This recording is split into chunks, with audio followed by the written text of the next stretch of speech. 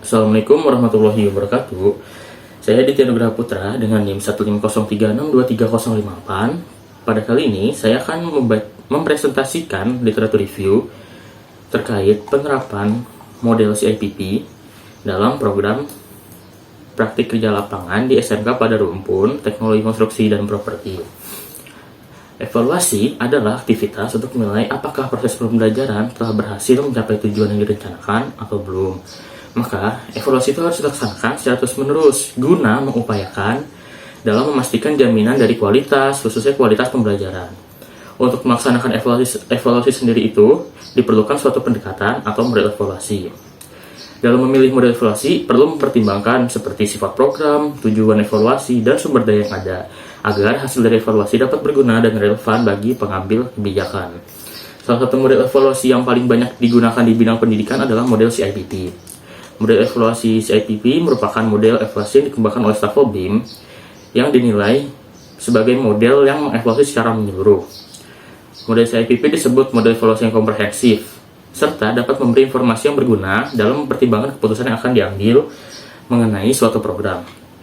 Model ini memiliki 4 komponen yang saling berkaitan, yaitu konteks, input, proses, dan produk.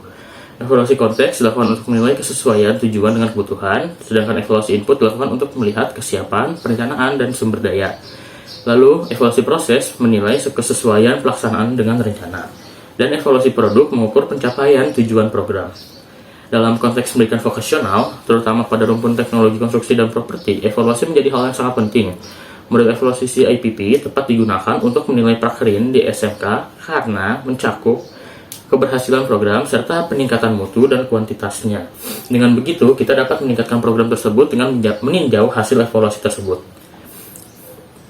Lalu, evaluasi konteks di sini dalam program PKL itu dapat meninjau kegiatan praktik kerja industri, mencakup pemahaman siswa sebelum melaksanakan kegiatan prakerin agar pelaksanaan lebih terarah dan tujuan program tercapai, dan juga mencakup masalah sumber daya, prioritas pencapaian tujuan, visi misi, tujuan sekolah, hingga kalender akademik dari sekolah tersebut. Dengan begitu, aspek konteks mencakup persiapan siswa serta kondisi internal sekolah yang menentukan arah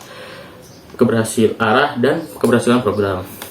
Evaluasi input pada aspek ini dalam meninjau kegiatan prakerin berperan penting dalam menilai kesiapan dan perencanaan sebelum pelaksanaan, guna menjamin program telah dirancang secara matang agar dapat membantu meningkatkan kualitas. Selain itu, aspek ini digunakan dalam mengambil keputusan desain program yang akan dilaksanakan dan disesuaikan dengan kemampuan peserta didik dan kapasitas sekolah. Sehingga aspek ini penting untuk memastikan kesiapan dan perencanaan program sesuai dengan kemampuan siswa dan sumber daya sekolah agar pelaksanaannya efektif. Kemudian aspek proses itu bertujuan untuk memastikan pelaksanaan program magang berjalan sesuai rencana, dimulai dari tahap persiapan, pembekalan, hingga pengawasan oleh guru pembimbing. Selain itu, juga mencakup pembekalan, pemberangkatan, pembimbingan, penarikan, dan penyusunan dokumen portofolio. Guru pembimbing juga menetapkan kompetensi atau subkompetensi yang harus dicapai siswa selama praktik kerja lapangan. Maka, aspek proses memastikan pelaksanaan sesuai rencana dan siswa mencapai kompetensi yang ditetapkan. Evaluasi produk. Pada aspek produk, ini bertujuan untuk meningkatkan kualitas siswa serta memberikan manfaat yang signifikan bagi sekolah dan industri. Dengan begitu, evaluasi produk merupakan proses identifikasi hasil program baik jangka pendek maupun panjang, dengan menilai manfaat, hasil yang dicapai, serta dampak positif maupun negatif dari program. Dengan begitu, aspek produk dalam evaluasi prakerin menekankan pada peningkatan kualitas siswa dan dampak program sesuai tujuan yang telah ditetapkan.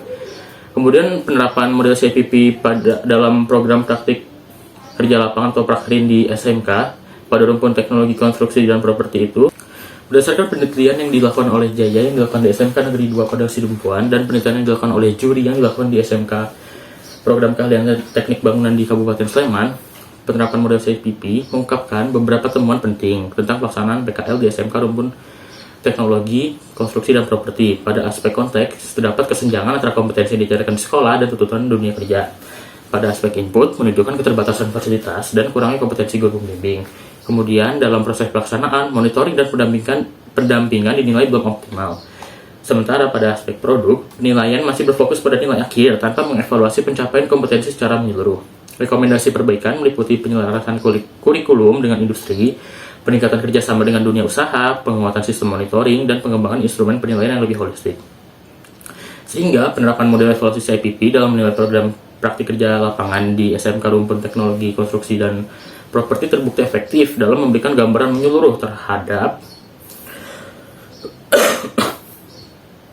kualitas perencanaan, pelaksanaan, hingga hasil program. Evaluasi aspek konteks menyoroti pentingnya keterkaitan antara tujuan program dan kebutuhan industri, namun masih ditemukan kesenjangan kompetensi. Pada aspek input, kesiapan sumber daya, baik dari sisi sekolah maupun industri masih memerlukan penguatan. Kemudian evaluasi proses menunjukkan perlunya peningkatan dalam pembimbingan dan monitoring selama pelaksanaan PKL.